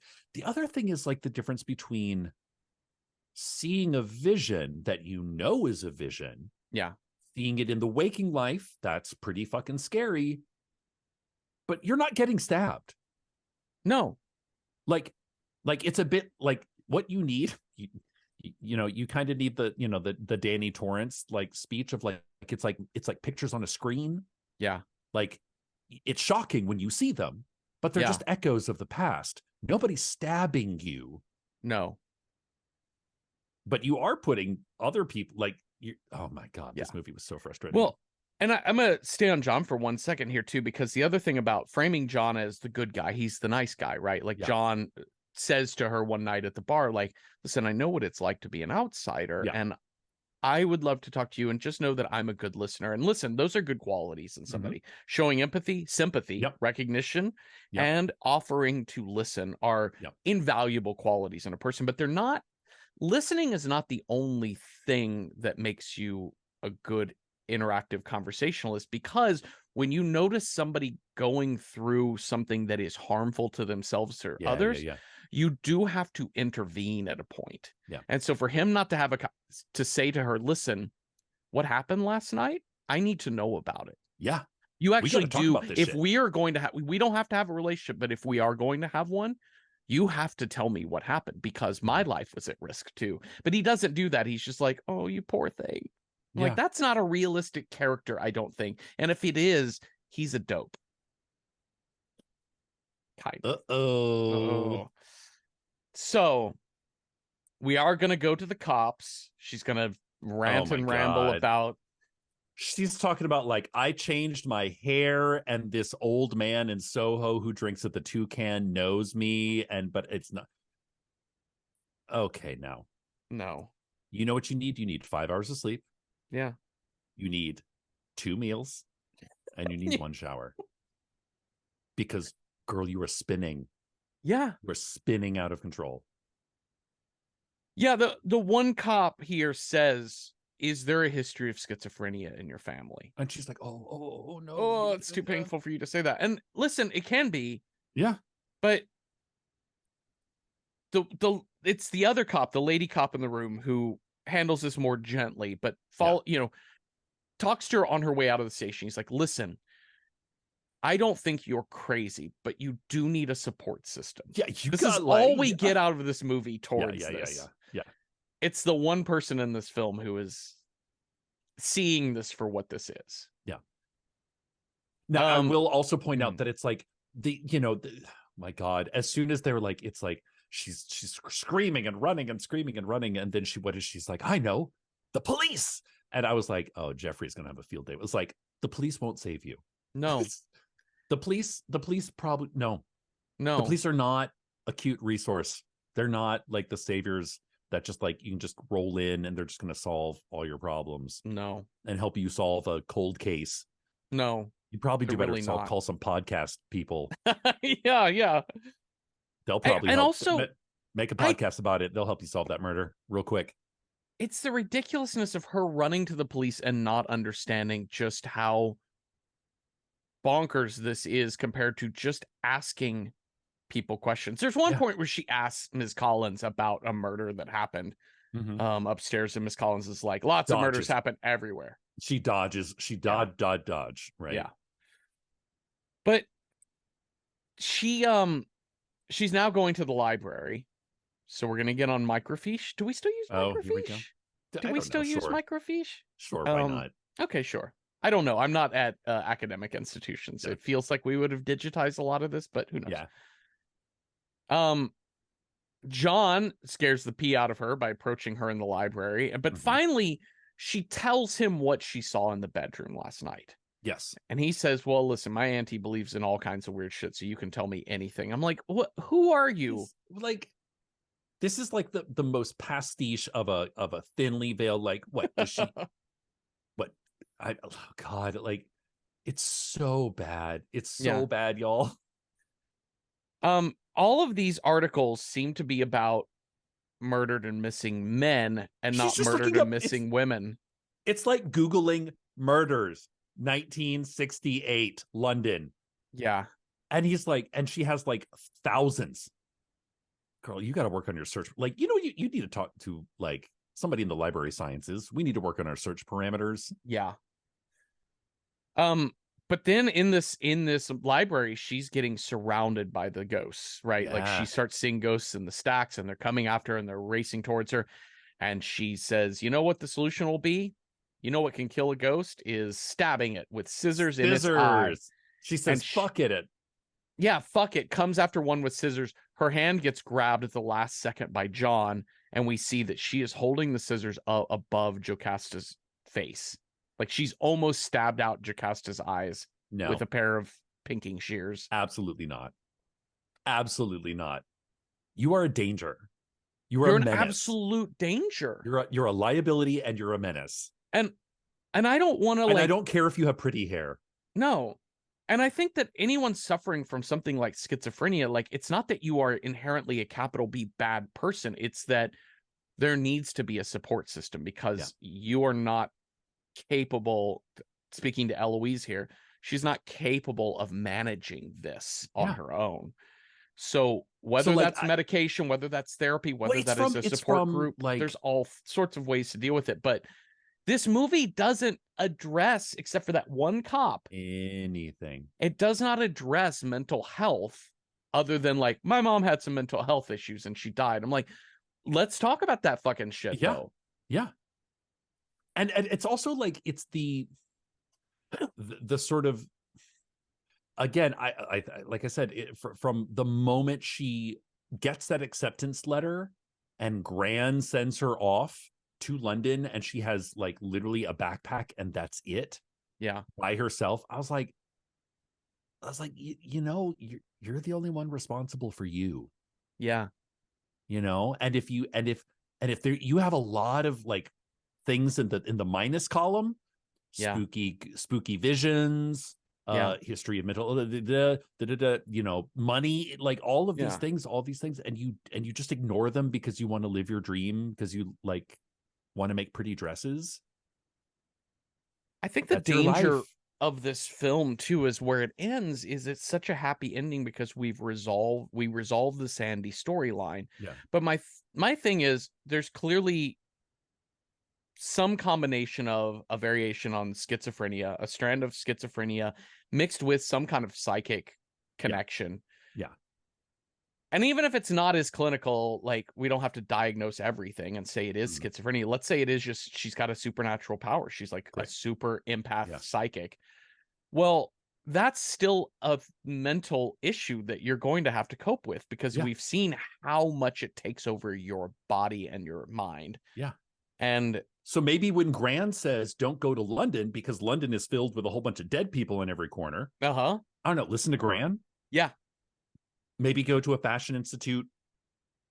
Not in or just demonstrate for the audience that you understand the story you fucking wrote. And Edgar Wright wrote a story that is not that responsible. That's all I'm saying is that if you're going to tackle mental health in a movie, metaphorically or literally, just think you have to approach it with better research than Eloise does in this fucking library. Yeah. Okay. Who's just looking up like every murder. Yeah. Which again, I was like, this is probably not great. Instead of going to class or working on your fashion, you're going to just look up every single murder in London in 1968. Yeah. You know, that sounds like a real healthy choice. It's great. So she goes running out of the library, and Jocasta for once is justified in being like, I'm calling security, campus security. Girl, like, I'm getting kicked the fuck out. Yes. So she gets chased through the streets by these ghosts. They grab her. She's manages to fight them free, get to work at the pub where she's 2 hours late. Which again is like, can ghosts touch? I don't know. She almost gets hit by 3 more taxi cabs. Yeah. And then she gets to work, and downstairs there is the creepy old dude. There's Terrence Stamp playing the song Eloise on the jukebox. I'm like, why did you write him as such a creep? Like, he has, Yeah.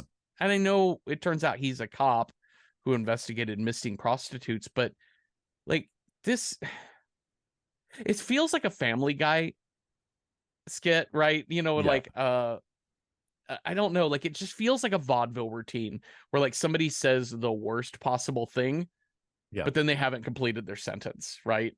You know, I'm afraid your husband only has a couple of months. Oh my God, until his subscription to Netflix runs out. You Oh, know, right, it's right, that's right, kind yeah, of the yeah. thing. Like, he says everything with the most threatening tone, Yeah, and content. because it's Terrence Stamp. Like, Great. well, and Terrence Stamp is like well known. Like he was like, in the way that Diana Rigg was the bombshell, you know, like kind of Anne Margaret 60s, you know, she was Miss Peel on, you know, like Terrence Stamp was like one of the OG original London gangster actors. Yes. So like he played, like he's like it's like casting Robert De Niro. Yeah. You know, or Al Pacino. But then Everything, like he's probably like, just his normal read is going to be intimidating and scary. yes. You know. But then you have like an AI generated character. Yes. You know, characters. That puts a terrible wig on him. Yes. Puts him all in black, gives him a mustache to twirl. And then saying cryptic shit, because Oh my God. she's clearly, this girl, Ellie, is clearly freaked out by something. Yeah. And he's doing nothing to calm her, to clarify what we're talking about. They speak in pronouns rather than proper nouns. They speak in like vague concepts, like no. she ended up exactly where she wanted to be, rather than saying Sandy. Oh no, she does say Sandy. Yes. Well, but I mean, he says she ended up exactly where she wanted to be, and I'm like, wait, dead, gone, missing, murderous? Huh? What? Like, be specific. And she says, you killed her. No, I didn't. But he doesn't stop to say, wait, you think I killed her? Who do you think I am? Yeah. Also, she's recording this entire conversation because she's, you know, Nancy Drewing the fuck out of this cold case, murder case. This is like my favorite murder from, you know, my favorite ghost murder. Yeah. Hope you don't get murdered. Murderinos. So this is my favorite getting hit by a car scene, maybe since Meet Joe Black. Now listen. But it is him walking out into the street, turning around to say something to her for 45 to 75 seconds. Oh yeah. Before a car runs him down. Like full speed. Now, here's the other thing is like, Soho is the streets are very short. Mm-hmm. And like, you can't go more than like 15 miles an hour. No. Because you're going to hit a turn every block. Like, it's all little twisty. I was like, this dude's like NASCAR driving through the fucking streets of London. Yeah. It's like the opposite of the Meet Joe Black scene, where that's like giant, just out of nowhere, bam. Yeah. But this is much more the Dead Alive, in which the woman is like in the middle, the zombie lady is in the street, and then like a giant truck just comes in, like plows through her out of nowhere. At 55 miles an hour through a tiny village. God. So like, but what is like, okay, that's your gripe. My gripe was like, at no point in time does Eloise ever actually like get, she doesn't know who she's talking to. She knows she's talking to a creepy old man. Mm-hmm. Doesn't know his name, doesn't know his story, doesn't know the first thing about him, because she is just like presumed all this stuff. Like, she saw him coming out of a sex house once and he smiled at her. And she's talking about a murder case that was like 50 years ago. Doesn't know the name. She's like, I know what you did to Sandy. And he's like, yeah, Sandy. I was like, what? Legit? That's like saying, I know what you did to Tom. Tom fucking who? Who are you talking about? Jeffrey, I don't remember what I did 4 years ago. never mind. Like, I can't tell you the name of like any of my roommates from the 2 decades I lived in New York City, except for Yeah. Jules. It's But I easily lived rememberable. with those people. Yeah. Never mind trying to pull up some old, never mind like 40 years from now when I'm like old and drunk and like can't remember a goddamn thing. And Yeah. who are you even talking about, girl? Also, the only thing that anybody at the bar ever says is one of the other guy bartenders comments on Terrence Stamp's character earlier in the movie, being like, "Oh, did he get handsy with you? We just call that guy handsy or whatever." Yeah. And that feels like an opening to like, what's his deal? Like, I get that creepy men in trench coats that go to sex shops can be handsy, but like, Yeah. he comes here all the time. Like, people seem to respect him. Like, why? What's his fucking thing? And maybe we learn from the bar owner lady that like he's a former cop. He did this thing. He was on this beat in the 60s, investigated missing prostitutes or whatever. Like, okay, now let me talk to him some more. Yeah. Like, this movie doesn't, Edgar Wright, in writing this movie and creating this character of Ellie, he doesn't understand that. I think I'm going to assume, not speaking as an 18-year-old woman here, but I think 18-year-old women, even 14-year-old women, can sort of and can differentiate between a dude coming out of a sex shop and glancing at you and then walking away the other direction down the street is so different than I'm going to stalk you to your dorm room, cab driver. Yeah. It doesn't have any level. She's scared of every fucking thing in this movie, which makes her almost like scared of nothing. It doesn't Eloise is afraid. Yeah, Eloise is afraid, but less funny. So she's this guy gets run down. Terrence Stamp dead. And they're like, oh, he used to be the vice cop, which we know from a flashback. There was in one of Sandy's many string of dance hall, like private dancer moments. There was one that actually was a little bit different and wasn't just interested in sex. And she calls him out as a cop. Yeah. So now again, it's just another fucking scene of her running from ghosts and freaking out. And she's like, these ghosts are so goofy to me. Like, it's just the lack of scare I get from the these Long ghosts. Island medium is what you need. We need the lady from Death by Temptation is what we need. Oh my God, she was so bitchin'. Yeah. So she goes running through the street and then coincidence, here's John. John is like, hey, what's going on? And she says, I have to get out of London. I'm going back home to Cornwall. He's like, I have a car. I'll drive you. Great. I'll make sure you get home safe. Great. Stop by my place. I'll get my stuff. I'll tell Ms. Collins I'm leaving for good. Goodbye. If I'm not out in 15 minutes, come and check on me. No, are you serious? Are you fucking serious? Uh-huh. You've already paid for the room. You don't need to take anything with you. You're leaving school. You're going home. Just go home. Just drive home. You've already paid for the room. Your shit's not going anywhere. You probably have clothes back home at Grand's. I don't know.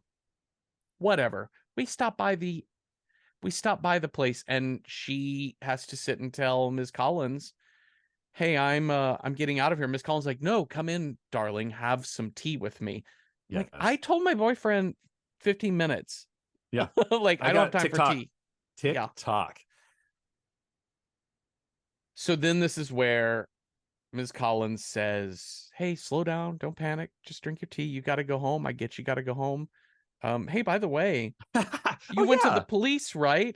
This really nice police lady came up to check on me about you witnessed some murders? No? Does that ring a bell? And then she reveals, by the way, I'm Sandy, and what you saw. God. This is such a cheap misdirect in a mystery. Like, when you uncover evidence and then late in the book, the evidence that says this can't be the solution. And at the end of the book, somebody says, by the way, that evidence was forged. It was like, planted. No. Yeah. You can't just reverse what you said. You can't just undo. Yeah. You need logic. You need a narrative as to why that happened. Why did she see this? Yeah. Why did she see this false memory? She saw the knife go into Jack. Well, she saw the knife go into Sandy. She saw Sandy. Oh, sorry, into Sandy. That's what I meant. Yeah. So it's so cheap. I was so annoyed with this writing bit here. I'm like, you can't. No, this was cheap. You can't do a mystery with 4 people at this level of script writing skill. This was Yeah. bad. Speaking of Diana Rigg, this actually reminds me of like PBS murder mysteries, except a Mm. little more violent, but it's very BBC, turn of the screw kind of, Mhm. like that sort of like traditional like mystery, like Diana Rigg introducing mystery on PBS, but with like a little more sex and violence. But it's essentially a BBC PBS. You know what this is? Doctor Who. This is like kind of a violent episode of Doctor Who. It is. I think you're totally right. It does feel like that. It feels And like not the old Doctor Who, yeah, like but the the new contemporary. like super YA, like super shiny, glossy, you're super special and we're all super special. And it's dealing with like TK and horror and style and fashion and fun one-liners. It's very Edgar Wright, right? Like it just feels that sort of way.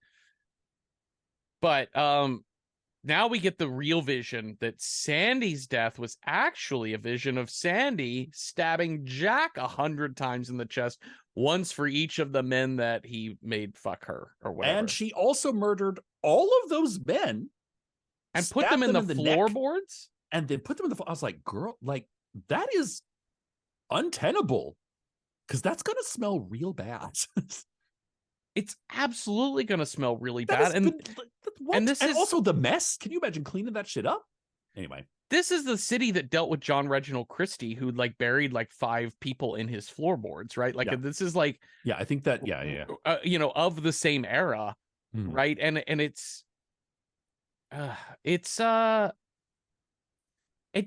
it's untenable. I think that's the best word to describe it. Let's and go then with Sandy that. is all Sandy's all like crazy-eyed wife, knife wielding, and I mean young Sandy, like Anya Taylor-Joy Sandy is who we're watching throughout all this, and she's like just like blood feast levels of enjoying, like blood orgy over all this.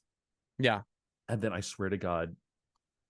Okay, so fire breaks out. John comes in. Wait, hold on. Oh no, there's more. No, because Ms. Collins says, and now you have to die. Basically, Yes. I'm going to kill you. To die.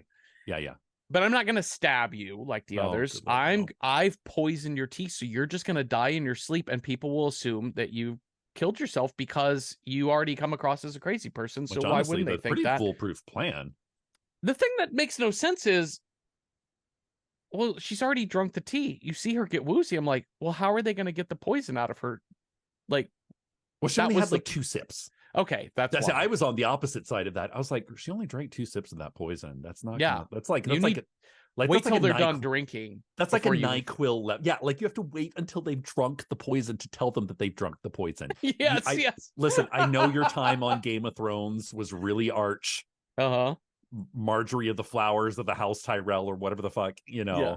But like there is kind of a way to do this, and that they have to drink the poison before you can pull your Bond villain, I just poisoned you thing. Yeah, John comes in. She's like, John, she's all woozy. And it's like, John, it's her, get away. And she stabs John in the chest and then chases Ellie up the stairs. Meanwhile, Ms. Collins had been smoking, and the cigarette touches a record album, which sends the whole place ablaze immediately. Dusty Springfield. Listen, if you're gonna go, yes, Dusty Springfield is the way to make that happen. But it's also this like, it's like smoking is bad. It's like what was cool in the 60s, smoking, alcoholism, poison tea, indentured servitude, sex slaves, maybe it's not so cool in 2023. It's true. So she's gonna have to stab Ellie, and she's like following Ellie up the stairs. Ellie kicks her away and then scrambles into the bedroom to hide. Listen, grandma with a knife. Yeah. I was like, I don't know. I love you, Diana Rigg, forever and ever. But I think like one well-timed kick and you're going down. for And good. she gets kicked in the knee and tumbles down the stairs. I'm like, how did she get past this? Oh my God. Ellie's in the So room. This I'm is the moment where I was and like, oh my God. every The fucking 80-year-old ghost. watching this, every 80-year-old, every octogenarian who watches this movie being like, I broke my hip Yeah. because I pressed down too hard on the toaster I lever. know, right? Like I turned my neck too far to the left, and now this whole side of my body is fucked. This lady got her knee kicked backwards, fell down 18 stairs to a hardwood floor, and is And like, she's I'm like back the up fucking again. T2. Yeah, she's like, she's Little coming fix after it you. and forget it, baby. Where's my life alert? But So the ghost in the room, this was the moment where I was like, this movie needs to end right the fuck now. it is this scene last night watching this movie. It wasn't even bedtime. I just turned it off. I'm like, I will watch the last 20 minutes tomorrow. You stopped I'm the like, good I movie? just can't. It was making me mad. Yeah. This scene with these ghosts. Sorry, go ahead. No. So she's, oh my God, she's now in the room, and these hands are coming out of the floor like fucking zombie hands. And she finally gets to the telephone because Chekhov's, landlady has said it's only a landline and only for emergencies. And I was like, well, Chekhov's emergency phone. I was like, you better believe there's going to be an emergency happening in this room later on in the script. And sure enough, here we are. And all the men ghosts with their blurred out faces are standing above her bed. And one of them goes, help us. And I was like, no. I said no. Yeah. I really try not to use the word hate on this show. I really try to talk about every movie as roses and thorns, as you have said. Everything has a shining light. This movie has lots of shining light, lots of roses. The fact that it got made, like the amount of fucking work that people put into any kind of artistic endeavor means that you must respect them. Like you must. Like that's totally the bar. Yeah. They made it. You didn't. You think you have a great idea for a movie? Make it. See how it goes. Yeah. Yeah. And but I hated this moment. I didn't hate this movie at all. I hated this moment here. And I can't put my finger on it. I think some of it is like, yeah, I'm not really buying into that the ghosts of a bunch of men who paid or didn't pay for sex. They paid. No, they paid. They paid. But essentially, like, I don't know. I'm not here to judge whatever these men are. I'm just to say, like, this seems misdirected. Like, help us. Like he's holding out the phone to her. Like, help them find our bodies. So help our souls... us kill her is what they said. Oh, is that what they're saying? But he's handing her the phone. Kill her. Okay. I just heard help us, and he's handing her the phone. So I thought maybe he was then like... and then when she comes in, and then when Diana Rigg comes in, the ghosts also say, kill her. Gotcha. But I was like, help, take your bones to Christian, to be buried in a Christian burial so you can put your souls at rest. Like, what is this narrative? What kind of mythology is this? Yes, that's it. It's is this the Omen or something? It's so confusing. All of it is a weird plan. It's just out of nowhere, and I just didn't understand this. And then we have basically door busts open, and here comes Ms. Collins, and here comes Sandy. She's gonna stab her, but then young Matt Smith shows up and essentially just slaps Ms. Collins, slaps Sandy across the face. She comes to and is like, oh, I shouldn't be killing this poor girl. You know what? Hey, young lady, fuck it. You know what? I'm done. My life is over. Your life has just begun. That boy downstairs, he's a good boy. Y'all go on ahead. Whatever mental problem she's having, it's solved. She's no longer a serial killer. No. I just gave it up. No. You're no longer schizophrenic. You gave that up. We can all move on. I think it's she for a moment, she sees the ghosts of all of her victims. And in that moment of seeing the ghosts of all of her victims, it conks her. And she's like, oh, maybe I should just die in this fire because I did a lot of bad shit. Yeah. And I'm now getting a whole real big morality, a morality 180 U-turn. Baffling. Just baffling. Okay. Well, we make it out, and now we've got our epilogue, and Eloise Turner is showing off her 60s style fashion with the models on the runway. Yeah. And Gran is there. and John, John, even though John is in her class, John is presenting nothing today. That's cool. I didn't even think about that, but it's so true. Like everybody, all the other girls are backstage with their models. John, nope. John exists only to support Eloise. Yeah. Isn't that good of him? Oh, I love it. Thank you. And hold his love's grandmother's hand. Thank you, sole person of color in this movie, for Mhm. being an absolute support to this young white girl who is an absolute threat to everyone around her. They're a menace to society. Your Karen Award is in the mail. And then yeah, backstage or whatever we're gonna call this, back in the classroom, her professor hugs her. I knew you could do it. You could do it. Jocasta's little lackey friends, and they were like, "You really are so brave." Like, oh my god, I was like, to the bitch, opening. I will fucking slap you. Yeah, I will take across your your nose face. off. Open Yeah. hand. And then there's mom in the mirror behind her, and Ellie just smiles like, "Yes, all of my visions are under control now. I'm a master at this, and there will never be any other future problems." Which I was like, no, John wait a minute. will have to support me wait. through. No, wait. If you have psychic abilities and you can see your mother, and your mother shows up when things are good and or bad, your mother has been like, it's like maybe, I don't know, day 2, or not, at least when things got like really rapey, that's when I'd be like, light a candle, be like, Mom, we gotta have a talk. Like, Mom, Yeah. get a Ouija board. Like, I don't, like, again, it's back to this whole thing of like, where did mom go? Where did Ghost Mom go? Doesn't matter. No, finish. We need to finish this movie. The end. Let's rate this film. All right. On the Sasha scale, squeamish approachability scale for the horror averse, how approachable is this movie? On a scale of 1 to 10, 1 being not at all approachable, don't go near if you are squeamish about horror, 10 being you're going to be fine. I would give Last Night in Soho like 6 bitchy roommates out of 10, maybe 7. Like, it's bloody in a slasher movie sort of way, but like super stylized. Let's say 6, but it's super stylized. Also, the swarms of ghost dudes can be a little overwhelming. I think the most daunting like character in this movie, scariest character, is Matt Smith, that turn from like nice guy to evil pimp sort of character, and the bullshit that he put Sandy through.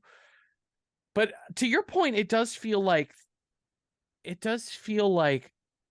the scariest episode of Doctor Who, run through AI. Like, like, just that's kind of the level that I think we're at here. It doesn't have a lot of, the consequences are linear. Like, they're just like, something happens, so then something else has to happen, then the next thing has to happen, then the next thing has to happen, as opposed to two-dimensional thinking. Sometimes there's like really horror movies that are so lacking in any type of blood or guts or jump scares, and they're so scary because everything is at stake. Yeah.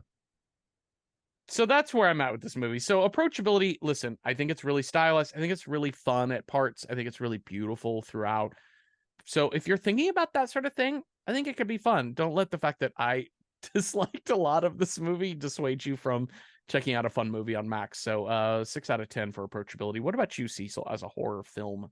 As a horror film, this is definitely in the we're putting this in the 13 to 17-year-old age group. Yeah. Like, it feels, I like, as soon as you said YA, like, I just kept thinking Doctor Who throughout. It's like it's not, it's about as scary as a PBS murder mystery. There is more blood. There's definitely more sexuality, but it doesn't really, it's the sexual intimidation detached. in it is a lot. But it's detached. Yeah. Like, it at no point, like, you're watching concepts of characters rather than characters. Yeah. In an actual place. Yeah. I don't know. So the ghosts are they look like rejects from Doctor Who. with their blurry faces.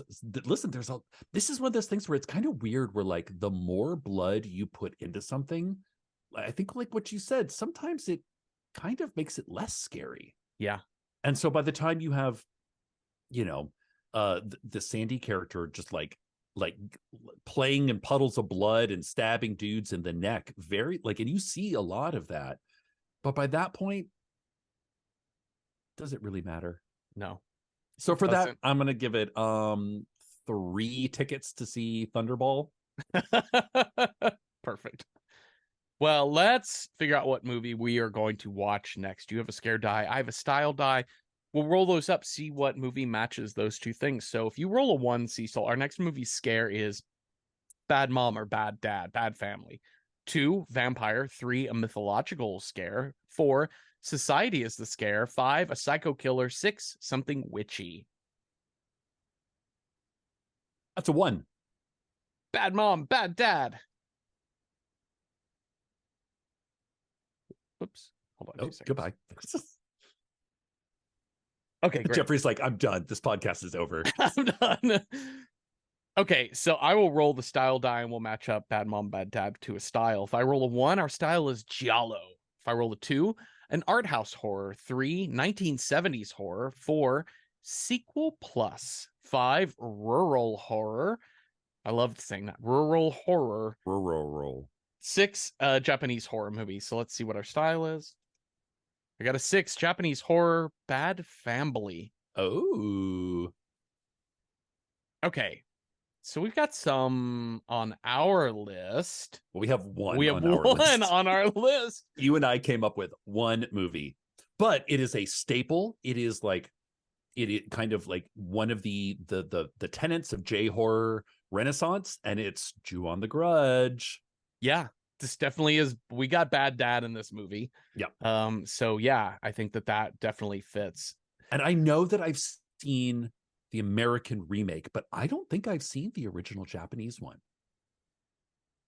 Yeah, I don't know if I have either. I vaguely know some of it, but I haven't seen it. Like, I remember the remake was really good, but I don't think I've seen the original Ju-on. So let's go to our Letterboxd and see what our users contributed. Our favorite username, BGHVGJTH. So letters on Letterboxd suggests Spirited Away.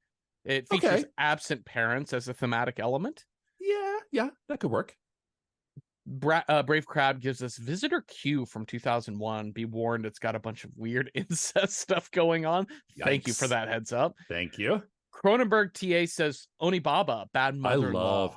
I love Onibaba. We should put Onibaba on the list. It might be the opposite of what we just watched in that Onibaba is all inference. And like there's very little blood, and yet everything is a little bit scary in Onibaba. And listen, that mother-in-law or that mother, she is a piece of work. Bless her heart. That sounds great. Ganymede's Cup brings up Kotoko, which is a Japanese horror drama written, directed, and produced, blah, blah, blah, based on an original story. Let's see. From Rotten Tomatoes, when a single mother suffers a nervous breakdown, she is suspected of child abuse and her child is taken away. Her mental suffering escalates as she succumbs to her darkest fantasies. Okay, that sounds interesting. And it's also written by like a J-pop artist, a Coco. Is this just Perfect Blue come to life? What's happening here? Yeah, it is really interesting. It also seems related to Last Night in Soho, talking about like these deep fantasies coming to life. It just sounds like with an adult rather than a college student. Henrik Erlandson says Dark Water. Yeah, we watched We've already seen Dark Water. We watched the Japanese one for Patreon. Yes. Subscribe to Patreon, like $5 a month, and you get to watch all those back episodes. So there you go. Wins93 says Uzumaki. That's the spiral one, right? That's the spiral one. Shuichi's father has become inexplicably obsessed with spiral patterns. I don't know if the bad dad is the scare there. I think it's maybe the portal spirals that are opening up all around them. There might be a bad dad in it. Yeah. But I think we have other options. Weaponized toaster, reincarnation, 05. A man kills a bunch of people and his kids in a hotel. Years later, Oof. an actress playing one of those kids in a movie about the killings is haunted by ghosts. That sounds like the same movie we just watched, Jeffrey, except Japanese. Help. Get me Okay. out of this podcast. Help, I'm trapped in a podcast. I really love these suggestions from people, and I think my only qualms about any of these suggestions would be personal, meaning like Kotoko and reincarnation both sound very much like kind of what we just watched, and I bet they're fantastic. But I think I want to go into a different direction. We've already kind of done a couple of like ghosty movies that have been sort of disappointing with this and the Deep House. I think let's go either Grudge or Onibaba, which was thrown out by Cronenberg TA. Yeah. Do we want to go old school? Do we want to get out of the do we want to think of like a black and white movie to cleanse our palates? Yeah. Or a staple of modern, and by modern I mean the last 30 years, contemporary Japanese ghost story. Here's the thing. I love Onibaba, and I've only seen it once, and I would love to watch it again. Yeah. And I know, like, oh man, this is so tough. This is like do we go with the like horror podcast answer, or do we go with the like weird film podcast answer? You know? I think what sold me is you talking about coming off of Last Night in Soho. Yeah. Wherein like there's so much blood, there's so much explicitly done that it no longer is scary. But something like Onibaba is going to go the opposite direction, that is going to be all suggested. It's all tension. It's all tension. I kind of want to see it. It is also kind of, we haven't watched a like masterpiece in several weeks. That's true as well. You know, Perfect Blue felt kind of in the realm of that was almost a brilliant film. And so I'd kind of like to get back to hopefully feeling like that. I don't know if we'll get that out of Onibaba, but I think I have a lot more faith in it than anything else. So let's do Onibaba. Yeah, it's also been a minute, like I think since Jekyll and Hyde, since we've watched a black and white film. So let's get on that. All right. Well, great. Thank you all for listening. Thank you, Cecil, for talking with me. If you have thoughts on Last Night in Soho or ideas for other movies that would have been good, Bad Mom, Bad Dad in Japanese horror, let us know on Instagram at randomhorror9 or over on our Patreon. We do for free. You don't have to be a member to participate in our discussion threads on each film. And watch Onibaba with us this week and come on back next Tuesday for a new episode. Have a restful night with no one putting an eyeball in your drink or nothing. Boo.